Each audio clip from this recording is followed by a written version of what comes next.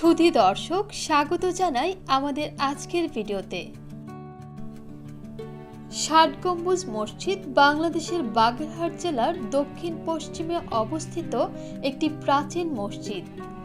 মসজিদটির গায়ে কোনো শিলালিপি নেই, তাই এটি কে নির্মাণ করেছিলেন বা কোন সময়ে নির্মাণ করা হয়েছিল সে সম্বন্ধে সঠিক কোনো তথ্য পাওয়া যায় না।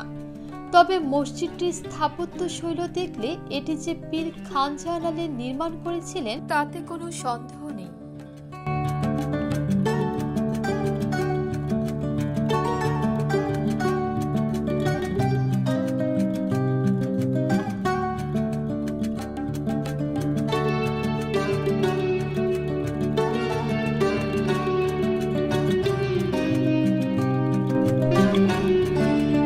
ধারণা করা হয় তিনি 1500 খ্রিস্টাব্দে নির্মাণ করেন।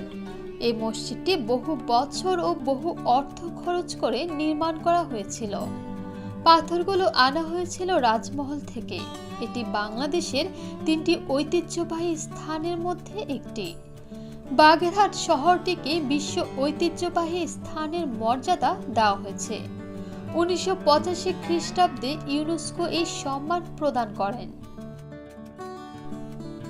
মসজিদটি উত্তর দক্ষিণে বাইরের দিকে প্রায় 160 ফুট ও ভিতরের দিকে প্রায় 143 ফুট লম্বা এবং পূর্ব পশ্চিমে বাইরের দিকে প্রায় 104 ফুট ও ভিতরের দিকে প্রায় 88 ফুট চওড়া। দেয়ালগুলো প্রায় 8.5 ফুট পুরো। ৬০ গম্বুজ মসজিদে গম্বুজের সংখ্যা মোট 81টি। 7 লাইনে 11টি করে 77টি এবং 4 কোণায় 4টি, মোট 81টি। কালের বিবর্তনে লোকমুখে ৬০ গম্বুজ বলতে বলতে ৬০ গম্বুজ নামকরণ হয়ে যায়। সেই থেকে ৬০ গম্বুজ নামে বেশ পরিচিত।